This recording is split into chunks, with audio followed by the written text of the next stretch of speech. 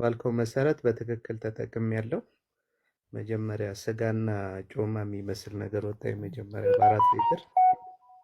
ከዛ ቀጥሎ በሁለተኛው ቀን ሙሉ እንትን ነው የወጣው አረፋና ይሄ ምንድነው ያልከው ላጭ ነው በብዛት። ከዛ በኋላ ከታረገ አንድ 20 ሊትር 20 ምናምን ሊትር ተጠቀምኩ። በኋላ ደወልኩልህ አቆሙ አልከኝ፣ አቆምኩ። ሰላም ሆኛለሁ።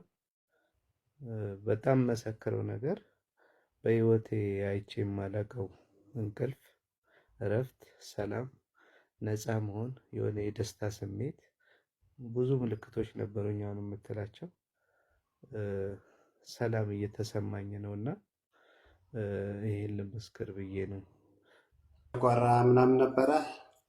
አዎ ምን የሌለኝ ነገር አለ? ወገብ፣ ሆድ ድርቀት ለዘመናት ያልወሰድኩት መድኃኒት የለም ሐኪም ቤት። በቀጥታ በቃ ያልካትን ነገር በትክክል ድንገት ለሌሎችም ርምት እንዲሆን እኔ ድንገት ሞቅ በደንብ ሳይቀዘቅዝ ነው ነግረኝ ያረኩት። ኦምሬድም ነበረብኝ፣ የተወሰነ ጫና ፈጠረብኝ። ከዛ በኋላ ፍሪ ምንም እንደውም አሁን ልድገሙ ይልልህ ነው። እንደውም ከደስታው ብዛት ሱስ ያዘኝ ራሱ መጠቀሙ መታጠቡ። ከሰላም በላይ ምን አለና? በጣም ቅልፍ ብዙ አልተኛም ነበረ፣ ወገብ ነበረ፣ ጨጓራ ነበር። እግር አካባቢ እንዴት ነህ? እግሬ ምንም የለም ያቃጠለኝ ምንም በቃ አልኩ። ህመሙ ግን ነበር አይደል?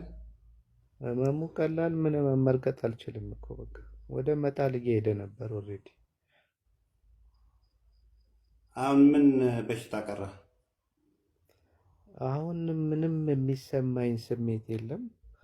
በጣም ደስተኛ ነኝ። አሁን እንቅስቃሴዎችና ወደ ስራ ልገባ ነው። በጣም ብዙ ነገሮች ተለውጠዋል። አንዳንድ ነገሮች ካለም እደውልልሃለሁ፣ ችግር የለም። አይነት እንትልኝም በጣም ቴንኪው። ቅድም እንዳልከው ብዙ ሰዎች ቢጠቀሙ በዚህ ጉዳይ ላይ የሚሰቃዩ አሉ። መጀመሪያ አካባቢ ትንሽ ፔኑ ሊያም ይችላል ብለህ ታስባለህ። የቀፎ ያህል ነች፣ ምንም ፔን የላትም ሳይኮ ካልሆነ በስተቀር እየወደድከው ነው የምትሄደው። አሁን ለሚጠቀሙት ነው እኔ እንትን ብለውና ሲያልቅ ራሱ እየተናደድኩ ነው። በቃ ራሴ የሚወጣው ጉድ በጣም ያስደነግጣል። የሰው ልጅ ይህን ያህል ይሸከማሉ እስክትል ድረስ አውቶማቲክ ነው የሚወጣው። ስፖርት እንቅስቃሴ ካረክ አንዳንዴ ሆዴ ሲይዝልኝ እንቅስቃሴ ያደርጋለሁ። ራሱ ፑሽ ያደርጋል። ታይም ሁኔታ ነው ፈውስ ያገኘሁት እና በጣም እግዚአብሔር ያክብርልኝ። ሁሉም ሰው ቢጠቀም ደስ ይለኛል።